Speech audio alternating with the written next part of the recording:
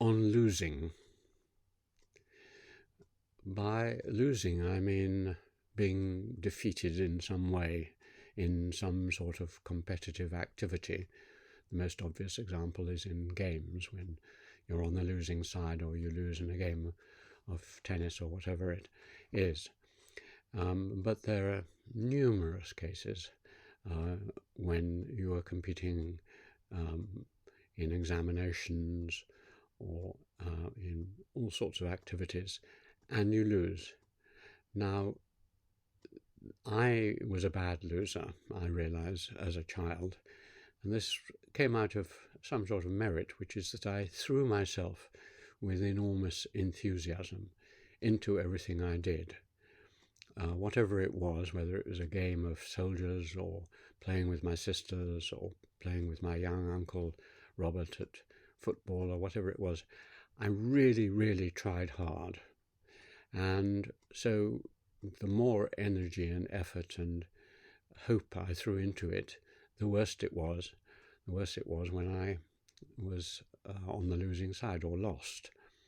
And as a result, as a small boy, I was mostly fairly good-natured, but if I was in a competition and I was defeated, or in an argument even with my parents, and I lost, I got very enraged, and my mother's early letters describe occasions when I'd not had my way in some way and gone off in a tremendous huff and temper, and once or twice threatened to commit suicide or run away from home or whatever it was. So I had this tendency, which was the less good side of quite a good character, which was that I threw myself into everything. For example, in rugger, I was famous for tackling huge boys running very fast because I threw myself into it. And I might not succeed, but at least I tried very hard. But the learning to lose in a reasonable way was something that I was taught through life to a large extent, particularly by my uncle Robert, with whom I played. And he would point out to me as I sort of wept after a game of football, he'd say, "Alan, it doesn't matter, that it's the game that's important. It's an enjoyable game. It doesn't reflect on you as a person that you didn't win. You're no less good a person. And so just learn to take losing with a bit of humour and show that you are a good loser, because people really respect good losers. It's almost as good as winning to go up after the game and smile and shake hands and said, "Well done, you were the better side."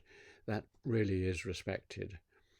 And I realized increasingly that this is a major feature of English culture, that learning to detach yourself from competitions, whether it's losing in politics or losing in economics or losing in any way, learning to concede defeat in a reasonable and generous way, just as you should be a good victor and not press home your victory and boast about it and so on, so you should be a good loser, because life is filled with competitive games and we're going to lose as many as we win. And if every time it turns into a real scene and so on, people will stop playing with you and just mutter behind your back. So I can't say that I have completely learnt the lesson, as my family would tell you. I still get very upset if certain plans don't go ahead or I don't get my own way in certain things. But I've at least brushed off the edges, the sharp edges of some of my anger and disappointment at losing. And this is by rising above the situation and saying to yourself, well, it doesn't matter. It was just a game. It was fun while it lasted. And next time I'll win. So with those thoughts in mind, I hope you don't lose too much. But when you do, don't worry about it. Thank you.